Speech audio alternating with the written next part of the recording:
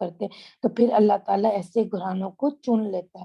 اور وہ جو اپنے گھرانوں کو شیطان کی اکساہٹوں سے بچانے کی فکر میں لگ جائے تو پھر اللہ ایسے ہی گھرانوں کو چنتا ہے۔ اگر آپ چاہتے ہیں کہ اللہ ہمارے گھرانوں کو بھی چن لے تو پھر یہ خود بھی اور اپنی اولاد کو بھی دین کی اشاعت اور تبلیغ پر لگا دیں، اور اپنی جان، اپنی مال، اپنی اوقات کو وقف کر دے اللہ کی دین کی اشاعت کے لیے۔ آج کل کیا خدشات لائق ہوتے ہیں، خود تو پڑھتی ہیں مگر بیٹیوں کو نہیں پڑھاتی۔ ایک یہ کہ اس بچی نے، ہمارے یہ بڑا کنسیپٹ ہے کہ اگر بچی نے پڑھ لیا تو ہمارے کسی کام کی نہیں رہے گی، یہ تو مس فٹ ہو جائے گی، عجیب سی ہو جائے گی، فرنیٹکس ہو جائے گی۔ دوسری بات، اس کو کوئی اچھا گھر نہیں ملے گا، کوئی بر نہیں ملے گا، پردہ کرے گی تو کہاں سے اس کو اچھا رشتہ ملے گا، کہاں سے اس کو اچھا گھر ملے گا۔ ہمارے کانسیپٹس میں یہ ہے کہ اگر یہ دین کے راستے پر چلے گی تو بھوکی مر جائے گی، کھائے گی کہاں سے، کہاں رہے گی، مولویانی بن جائے گی تو رزق کی تنگی کا شکار ہو جائے گی۔ یہ بالکل ایسے معاملات ہیں جو کہ ہمارے معاشرے میں ہم لوگوں میں بہت زیادہ رائج ہے۔ اب یہاں پہ پڑھ لیجئے کہ جو بچی اللہ کے لیے وقف ہوگی تو اللہ نے اس کو کتنی اچھی بچی بنا کر قبول فرما لی۔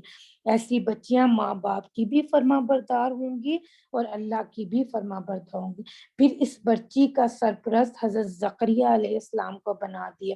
وہ حضرت مریم علیہ السلام کے خالو تھے، ان کے سرپرست تھے اور لا اولاد بھی تھے۔ یہ اللہ اور یہ اللہ ہے، اور گھر بر رشتے بنانا سب صرف اللہ کے ہاتھ میں ہے اور سب اللہ ہی کے اذن سے ہوتا ہے۔ یہاں پہ یہ نیکسٹ دعا ہے، ربی حب لی من لدنک ذریۃ طیبۃ انک سمیع الدعاء۔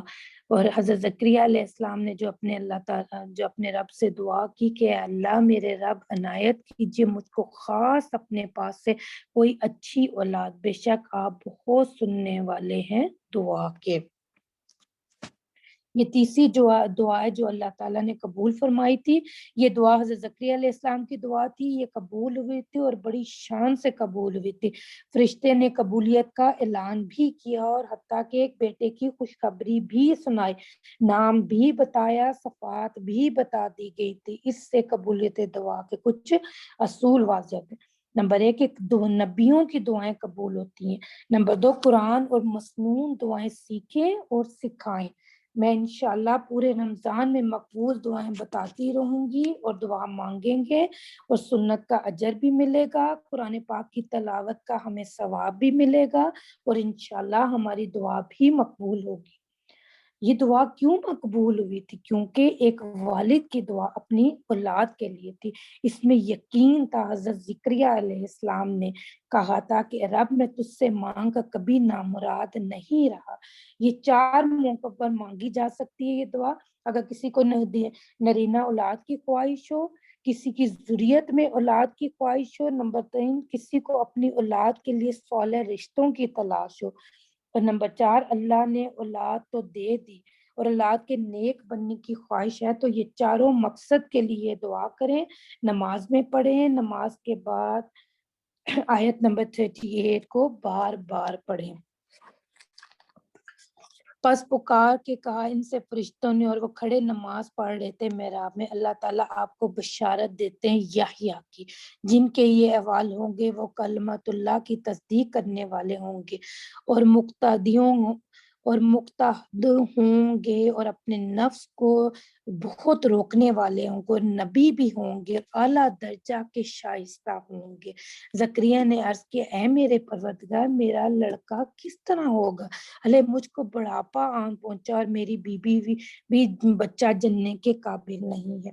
یہ دیکھیں یہاں پہ کہ حضرت زکریا علیہ السلام کے فرشتے انہیں خوشخبری سنا رہے ہیں، لیکن پھر بھی جیسے کہ ایمان گھٹتا اور بڑھتا رہتا ہے، تو نبی کے ساتھ بھی یہ معاملہ تھا کہ مطلب کہ اتنے ان کو فرشتے بھی آ کے خوشخبری سنا رہے ہیں، حتیٰ کہ بچے کا نام بھی بتا دیا، یہ بھی بتا دیا کہ وہ نبی ہوں گے، لیکن پھر بھی حضرت زکریا علیہ السلام کوسچن کر رہے ہیں کہ میرے ہاں میں تو بوڑھا ہو گیا، میرے ہاں اولاد کیسے ہوگی اور میری بیوی بھی بانجھ ہے۔ تو اللہ تعالیٰ نے ارشاد فرمایا کہ اس حالت میں لڑکا ہو جائے گا، کیونکہ اللہ تعالیٰ جو کچھ ارادہ کر دیتے ہیں وہ ہو جاتا ہے۔ ارادہ کریں گے کر دیتے ہیں۔ انہوں نے عرض کیا اے میرے پروردگار میرے واسطے کوئی نشانی مقرر کر دیجئے۔ اللہ تعالیٰ نے فرمایا کہ تمہاری نشانی یہی ہے کہ تم لوگوں سے 3 روزوں تک بات نہ کر سکو گے باجوز اشارہ کے۔ تو یہ نشانی جو 3 دن زبان بندی ہو جائے گی، جب بتایا گیا کہ جب حمل ٹھہرے گا تو اشارے سے تسبیح کرنا اور قوم کو بھی کہنا۔ اس میں اصول کیا ہے اس میں کہ نعمت کے ملنے پر کثرت سے ذکر اور شکر، اور یہاں دعا مانگ لے ربی آئینی علی ذکری کا و شکری کا و حسن عبادت۔ دوسرا مطلب یہ ہے کہ جب حمل ٹھہرے تو اللہ کے شکر کے لیے چپ کا روزہ رکھنا۔ تو اصول یہاں پہ یہ ملتا ہے کہ نعمت کے ملنے پر نوافل اور شکر کا اہتمام کریں، اور چونکہ ان کی شریعت میں حضرت زکریا علیہ السلام کی شریعت میں چپ کا روزہ تھا، تو اس لیے اللہ تعالیٰ نے فرمایا کہ آپ 3 دن تک چپ کا روزہ رکھیں اور اپنے رب کو دل سے بکثرت یاد کیجیے اور زبان سے بھی تسبیح کیجیے، دن ڈھلے میں بھی اور صبح کو بھی۔ یہاں پہ دیکھ لیں کہ صبح شام کے اذکار کا ہمیں یہاں پہ تذکرہ ملتا ہے، اور وہ وقت قابل ذکر ہے جبکہ فرشتوں نے کہا کہ اے مریم بلا شک اللہ تعالیٰ نے تم کو منتخب فرمایا اور پاک بنایا، تمام جہان بھر کی بیویوں کے مقابلے میں منتخب فرما لیا ہے۔ آپ صلی اللہ علیہ وآلہ وسلم نے فرمایا تھا کہ کامل عورتیں 4 ہیں۔ نمبر 1 فرعون کی بیوی آسیہ، نمبر 2 عیسیٰ کی والدہ حضرت مریم علیہ السلام، نمبر 3 حضرت محمد صلی اللہ علیہ وآلہ وسلم کی زوجہ حضرت خدیجہ رضی اللہ تعالیٰ عنہ، اور ایک حوالے میں حضرت عائشہ صدیقہ رضی اللہ عنہ کا نام ملتا ہے، اور ایک حوالے میں حضرت فاطمہ رضی اللہ تعالیٰ عنہ کا نام ملتا ہے۔ تو میں آپ لوگوں سے ضرور ہی یہ کوسچن کروں گی کہ کیا آپ جانتے ہیں کہ چنی جانے والی عورتیں کون سی ہیں؟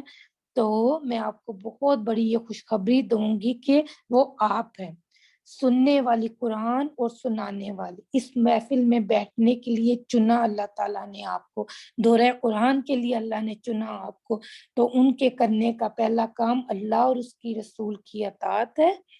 اللہ ہم نے جو سب سے پہلا کام کرنا ہے وہ کیا کرنا ہے کہ اللہ اور اس کے رسول کی اطاعت، اور اس میں ٹیڑھ نہیں کرنی، بالکل بھی اطاعت کرنی ہے، اور اس کے بعد بھی سمینا و اطاعنا کرنی، سننا ہے اور اس پہ اطاعت کرنی، اور سجدے کی کثرت کرنی ہے ہم لوگوں نے، اور اللہ تعالیٰ کے رکوع اور سجدے کی بہت زیادہ کثرت کرنی ہے، ذکر اذکار کی کثرت کرنی ہے، قرآن پاک کی تلاوت، اس کا ترجمہ اور اس کی تفسیر کو سمجھنا ہے ہم لوگوں نے انشاءاللہ۔ تو ہم بھی انشاءاللہ ان چنے ہوئے لوگوں میں شامل ہو جائیں گے۔ اے مریم اطاعت کرتی رہو اپنے پروردگار کی، اور سجدہ کیا کرو، رکوع کیا کرو ان لوگوں کے ساتھ جو رکوع کرنے والے ہیں۔ یہاں سے دیکھیں کہ یہاں سے بالکل جواز ملتا ہے کہ یہاں سے عورت کی باجماعت نماز کا تصور ملتا ہے۔ اللہ نے فرمایا کہ رکوع کرو رکوع کرنے والوں کے ساتھ۔ تو یہ قصے غیب کی خبروں کے ہم ان کو وہی بھیجتے آپ کے پاس، اور آپ ان لوگوں کے پاس نہ تو اس وقت موجود تھے جبکہ وہ قرآن کے طور پر اپنی اپنی کلموں کو پانی میں ڈالتے تھے۔ یہ اب کلموں کا ذکر ہے، کلموں کا واقعہ میں یہاں پہ آپ کو بتاؤں گی کہ حضرت مریم علیہ السلام جیسی نیک پاک عبادت گزار بچی جس کے بارے میں خبر پھیلتی جا رہی تھی کہ ان کے پاس جنت کے میوے آتے ہیں، پھل آتے ہیں، تو ہیکل کے جو مجاور تھے سب کے دل میں خواہش ہوئی کہ حضرت مریم علیہ السلام کی وہ کفالت کریں، اور وہ روڑے اٹکا رہے تھے حضرت زکریا علیہ السلام کی کفالت کو ختم کر دیں۔ تو انہوں نے ایک شرط لگائی کہ بہتے ہوئے دریا میں سب کلمے پھینکیں گے، اور جس کی قلم پانی کے بہاؤ کے خلاف چلے گی وہ حضرت مریم علیہ السلام کا کفیل ہوگا۔ اور انہوں نے اپنی چال چلی، اللہ کے حکم سے حضرت زکریا علیہ السلام کی قلم جو تھی وہ پانی کے بہاؤ کے خلاف چلی۔ جب اللہ کسی کے ساتھ نیکی کا ارادہ کرتا ہے تو وہ قدرت کے قوانین کو بدل دیتا ہے، اصولوں کو بدل کر مدد اختیار رکھتا ہے۔ تو اپنی اپنی کلموں کو پانی میں ڈالتے تھے کہ ان سب میں کون شخص حضرت مریم علیہ السلام کی کفالت کرے، اور نہ آپ ان کے پاس اس وقت موجود تھے جبکہ باہم اختلاف کر رہے تھے۔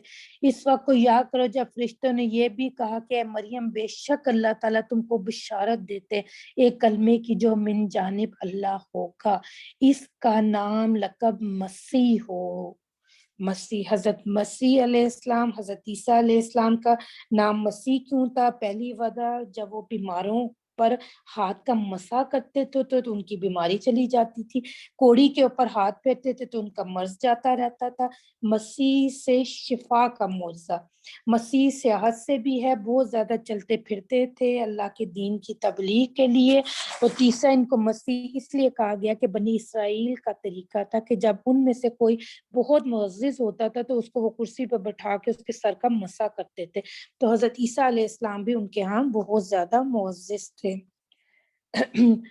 عیسیٰ ابن مریم، عیسیٰ ابن مریم اس لیے کہا گیا کہ یہاں حضرت عیسیٰ علیہ السلام کے مسیح کا ذکر ہے، وہاں ابن مریم کا ذکر ہے۔ یہ اس بات کا جواز ہے کہ حضرت عیسیٰ علیہ السلام بن باغ کے معجزانہ طور پر پیدا ہوئے، کیونکہ سورہ احزاب میں اللہ تعالیٰ نے فرمایا کہ ادعوہم لآبائہم، کہ ان کو ان کے باپوں کے نام سے پکارو۔ اگر باپ ہوتا تو باپ کے نام سے پکارا جاتا، تو یہاں سے یہ آیت اس چیز کا جواز ہے کہ حضرت عیسیٰ علیہ السلام بن باپ کے پیدا ہوئے تھے۔ بابرو، حضرت عیسیٰ، ان کا نام لقب مسیح عیسیٰ ابن مریم ہوگا، بابرو ہوں گے دنیا میں اور آخرت میں، اور مقربین کے ہوں گے، اور آدمیوں سے کلام کریں گے گہوارے میں، یعنی بالکل بچپن میں، فی المہدی، گہوارے کو کہتے ہیں۔ حضرت عیسیٰ علیہ السلام نے معجزانہ طور پر ماں کی گود میں بات کر کے اپنی ماں کی پاک دامنی کا اعلان کیا اور اپنی رسالت کا بھی اعلان کیا۔ حدیث میں الفاظ ہیں کہ صرف 3 بچوں نے ماں کی گود میں کلام کیا تھا، ان میں سب سے پہلے حضرت عیسیٰ ابن مریم، دوسرا وہ بچہ جو اپنی ماں کی کوکھ میں دودھ پی رہا تھا، اور تیسرا جریج کا واقعہ۔ تو پہلا تو حضرت عیسیٰ ابن مریم، آپ کو ان کے بارے میں نے بتا دی۔ دوسرا وہ بچہ جو اپنی ماں کی کوکھ میں دودھ پی رہا تھا، تو یہ یوں واقعہ ہے کہ ایک خاتون اپنے بچے کو دودھ پلا رہی تھی، اس کے سامنے سے ایک نوجوان اپنے بڑا قیمتی گھوڑے پر بڑا اتراتا ہوا گزرا، تو ماں نے فوراً دعا کی کہ یا الہی میرے بچے کو بھی ایسا کر دے۔ تو جو بچہ دودھ چھوڑ کر اس بچے نے دعا کی، الہی مجھے ایسا ہرگز نہ بنانا جو متکبر ہو۔ پھر ایک شخص گزرا جو بہت مفلس الحال تھا، لوگ اس کو مار رہے تھے، ماں نے دعا کی الہی میرے بچے کو ایسا نہ کرنا، تو بچے نے پھر دودھ چھوڑ کر دعا کی اور کلام کیا کہ الہی اس کی نسبت مجھے ایسا کر دینا۔ بچے نے مالدار کی نسبت مفلس کو پسند کیا۔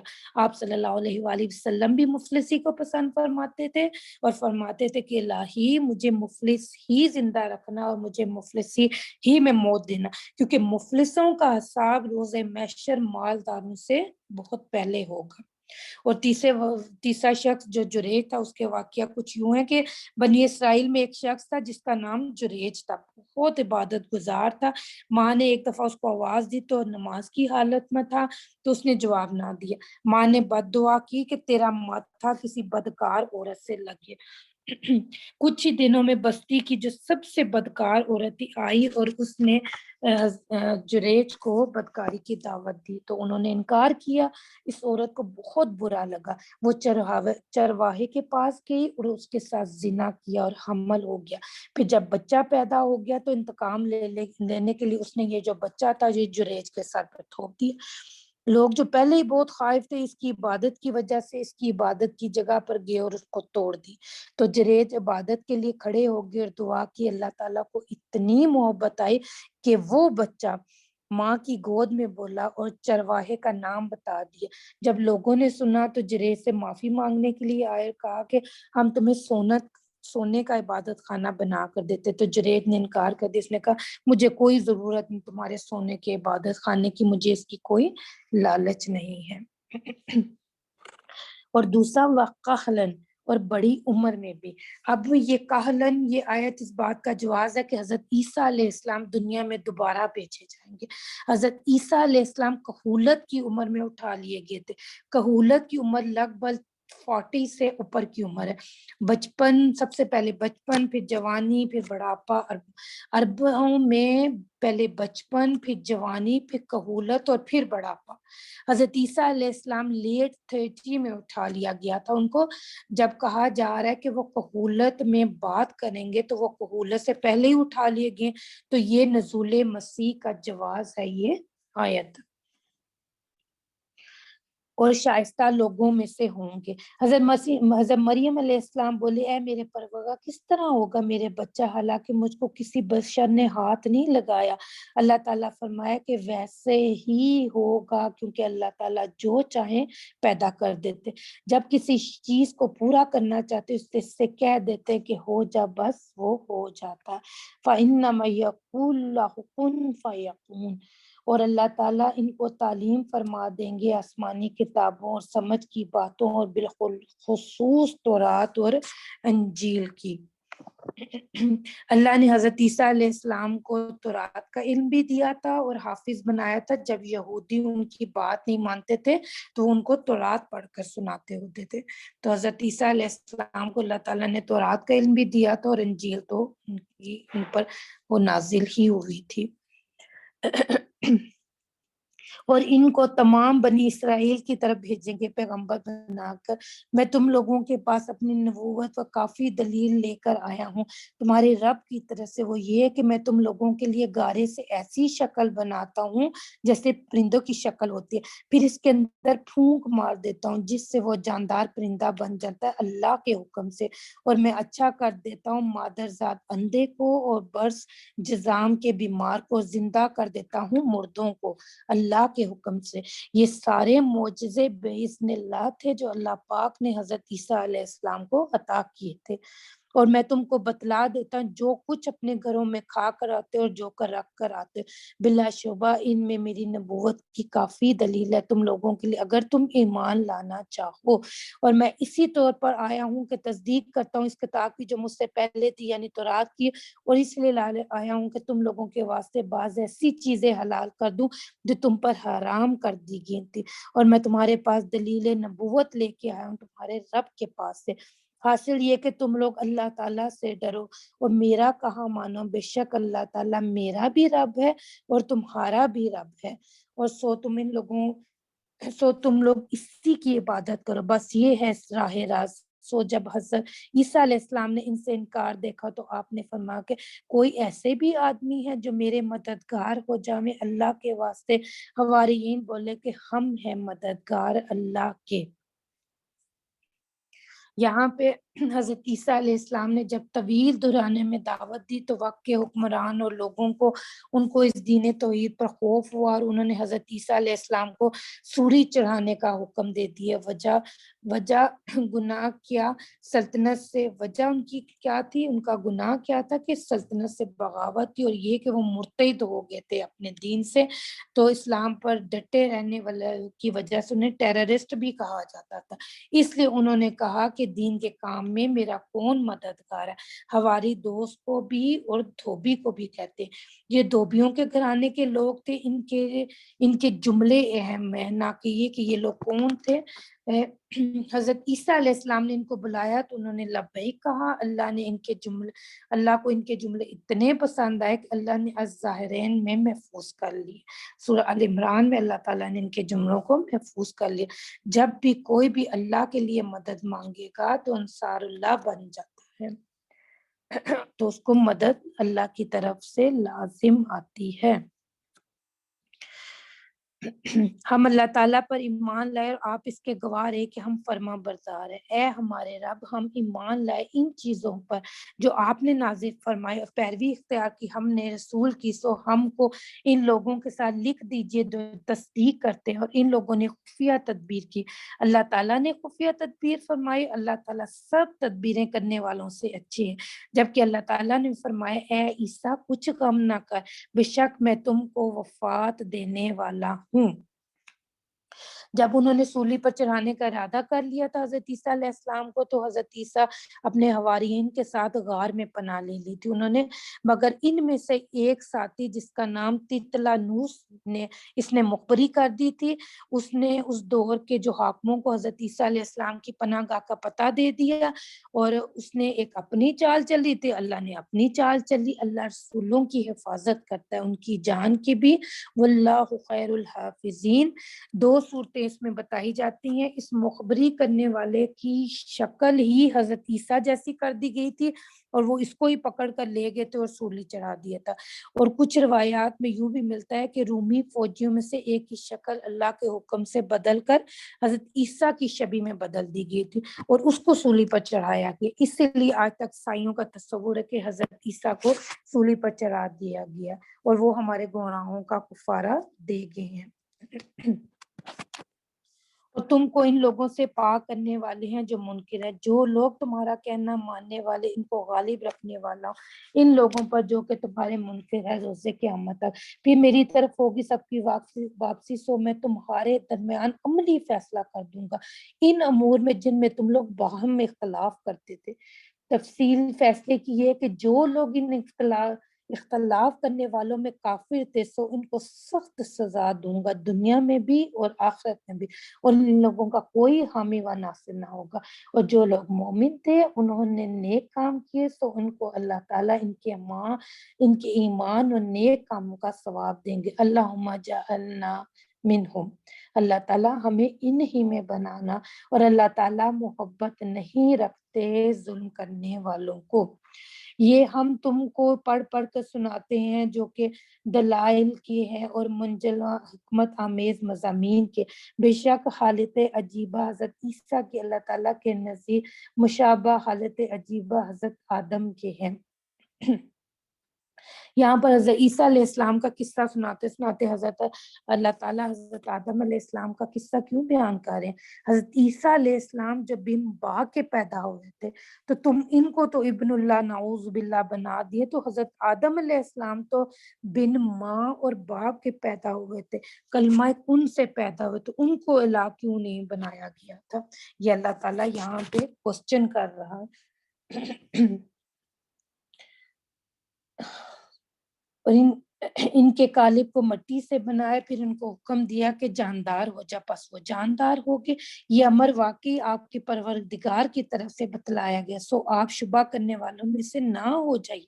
پس جو شخص آپ سے عیسیٰ علیہ السلام کے باب میں اب بھی حجت کرے، آپ کے پاس علم قطعی آئے پیچھے، تو آپ فرما دیجئے کہ آ جاؤ، ہم اور تم بلا لیں اپنے بیٹوں کو اور تمہارے بیٹوں کو، اور اپنی عورتوں کو اور تمہاری عورتوں کو، اور خود اپنے تنوں کو اور تمہارے تنوں کو، پھر ہم سب مل کر خوب دل سے دعا کریں اس طور سے کہ اللہ کی لعنت بھیجے ان پر جو بحث میں ناحق پر ہوں۔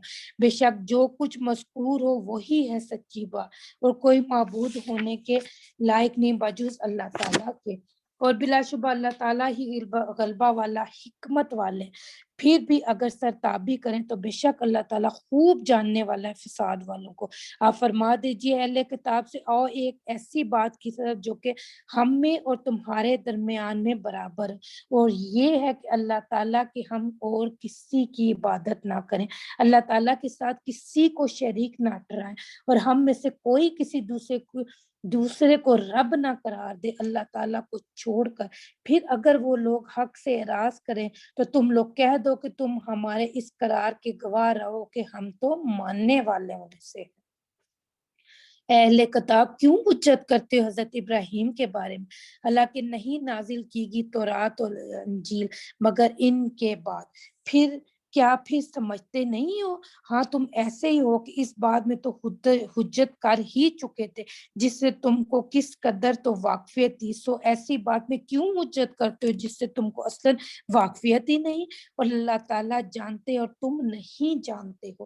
ابراہیم علیہ السلام کا نہ تو وہ یہودی تھے نہ نصرانی تھے، بلکہ طریقے مستقیم والی یعنی صاحب اسلام تھے، اور مشرکین میں سے بھی نہیں تھے۔ بلا شبہ سب آدمیوں میں سب سے زیادہ خصوصیت رکھنے والے حضرت ابراہیم علیہ السلام کے ساتھ البتہ وہ لوگ تھے جنہوں نے ان کا اتباع کیا تھا، اور یہ نبی صلی اللہ علیہ وآلہ وسلم ہے، اور یہ ایمان والے اللہ تعالیٰ حامی اور ایمان والوں کے دل سے چاہتے ہیں۔ بعض لوگ اہل کتاب میں سے اس امر کو تو تم کو گمراہ کر دیں، اور وہ کسی کو گمراہ نہیں کر سکتے مگر خود اپنے آپ کو، اور اس کی اطلاع نہیں رکھتے۔ اے اہل کتاب کیوں کفر کرتے ہو اللہ تعالیٰ کی آیتوں کے ساتھ، حالانکہ تم اقرار کرتے ہو اہل کتاب کیوں مخلوط کرتے ہو واقعی کو غیر واقعی سے اور چھپاتے ہو واقعی باتوں کو حالانکہ تم جانتے ہو۔ وقال طائفاتن، اور بعض لوگوں نے اہل کتاب میں سے کہا کہ اے ایمان والو، اللہ تعالیٰ نے یہودیوں کے کچھ غلط رویوں کو یہاں پہ اللہ پاک نے قرآن پاک میں تذکرہ کیا ہے۔ ایک گروہ یہ کہتا ہے کہ صبح ایمان لاؤ شام کو انکار کرو۔ یہ یہودیوں کا ایک طریقہ تھا کہ اس طرح اسلام کو اور محمد صلی اللہ علیہ وآلہ وسلم کو بدنام کر سکے۔ تو سیدھا سادی ان کی منفی سرگرمیاں تھی، ہر دور میں وہ اسلام کو بدنام کرنے کے در پر ہی ہمیشہ رہے ہیں یہ یہودی اور نصاری لوگ۔ اور بعض لوگوں نے اہل کتاب میں سے کہا کہ ایمان لے آؤ اس پر جو نازل کی ہے مسلمانوں پر شروع دن میں، اور پھر انکار کر بیٹھو آخر دن میں یعنی شام کو۔ عجب کیا وہ پھر جائیں، اور صدقے دل سے کسی کے روبرو اقرار مت کرنا مگر ایسے شخص کے روبرو جو تمہارے دین کا پیرو ہو۔ اے محمد صلی اللہ علیہ وآلہ وسلم آپ کہہ دیجئے کہ یقیناً ہدایت اللہ کی ہدایت ہے۔ ایسی بات اس لیے کرتے ہو کسی اور کو، ایسی باتیں اس لیے کرتے ہو کہ کسی اور کو بھی ایسی چیز مل رہی ہے جیسی تم کو ملی تھی، یا اور لوگ تم پر غالب آ جائیں تمہارے رب کے نزدیک۔ اے محمد صلی اللہ علیہ وآلہ وسلم آپ کہہ دیجئے کہ بے شک فضل تو اللہ کے قبضے میں ہے اور وہ جسے چاہیں عطا فرما دیں، اللہ بڑی وسعت والا خوب جاننے والا ہے۔ خاص کر دیتے تھے اپنی رحمت فضل کے ساتھ جس کو چاہیں، اللہ تعالیٰ بڑے فضل والے ہیں۔ اور اہل کتاب میں سے بعض شخص ایسے ہیں کہ اگر ان کے پاس انبار کا انبار مال بھی امانت رکھ دو تو وہ مانگنے کے ساتھ ہی اس کو تمہارے پاس لا رکھے۔ اور ان میں سے بعض شخص وہ ہیں کہ اگر ان کے پاس ایک دینار بھی امانت رکھ دو تو وہ اس میں بھی تم کو ادا نہ کرے، مگر جب تم کو اس کے سر پر کھڑے رہو یہ امانت کا ادا نہ کرنا اس سبب ہے کہ وہ لوگ کہتے ہیں کہ ہم پر غیر اہل کتاب کے بارے میں کسی طرح کا الزام نہیں، اور وہ لوگ اللہ تعالیٰ پر جھوٹ لگاتے ہیں اور دل میں بھی وہ جانتے ہیں کہ خائن پر الزام کیوں نہ ہوگا۔ جو شخص اپنے عہد کو پورا کرے اللہ تعالیٰ سے ڈرے تو بے شک اللہ تعالیٰ اس کو محبوب رکھتے ہیں۔ اللہم آتی نفسی تقواہا، یہاں پہ تقوی کی یہ دوسری دعا آگی جو ہم مل کے کرتے ہیں، اللہم آتی نفسی تقواہا۔ ایسے متقیوں کو یقیناً جو لوگ معاوضہ حقیر لے لیتے بامقابلہ اس عہد کے جو اللہ تعالیٰ سے انہوں نے کیا اور بامقابلہ اپنی قسموں کے کہ ان لوگوں نے کچھ حصہ آخرت میں وہاں کی نعمت کا نہ ملے، اور نہ ہی اللہ تعالیٰ ان سے کلام فرمائے گے، نہ ان کی طرف محبت سے دیکھیں گے۔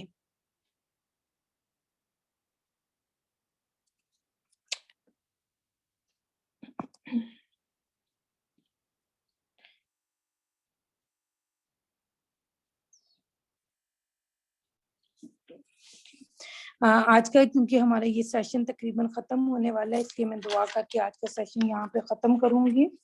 اللہ تعالیٰ سے ہم لوگ دعا کرتے ہیں باری تعالیٰ ہمیں اس دنیا کی زندگی میں ہمیں کامیابی عطا فرما، اللہ ہمیں علم کے رستے پر چلنے والا بنا، اللہ تعالیٰ ہمیں قرآن حدیث کا جو بالکل سچا اور برحق رستہ ہے اور جو صراط مستقیم ہے اللہ ہمیں اس راستے کا مسافر بنا دے، اللہ ہمیں تقوی نصیب فرما، اللہ ہمیں تقوی کی روش پر چلنے والا بنا دے، اللہ ہمارے دل میں ہمارے نفسوں میں اپنا خوف اور اپنا تقوی پیدا کر، ہمیں آخرت کا تقوی پیدا کر، اللہ تعالیٰ ہمیں آخرت کے لیے زیادہ راہ اکٹھے کرنے والوں میں سے بنا دے، اللہ ہمارے علم میں اضافہ فرما، اللہ ہمیں بندگی کے حق سکھا دے، اللہ تعالیٰ ہمیں صراط مستقیم پر چلنے والا بنا، اللہ ہماری مدد فرما، اللہ تعالیٰ ہمیں اور ہم نے جو کچھ بھی یہ پڑھا اللہ تعالیٰ اس کو قبول فرما، ربنا تقبل منا انک انت السمیع العلیم،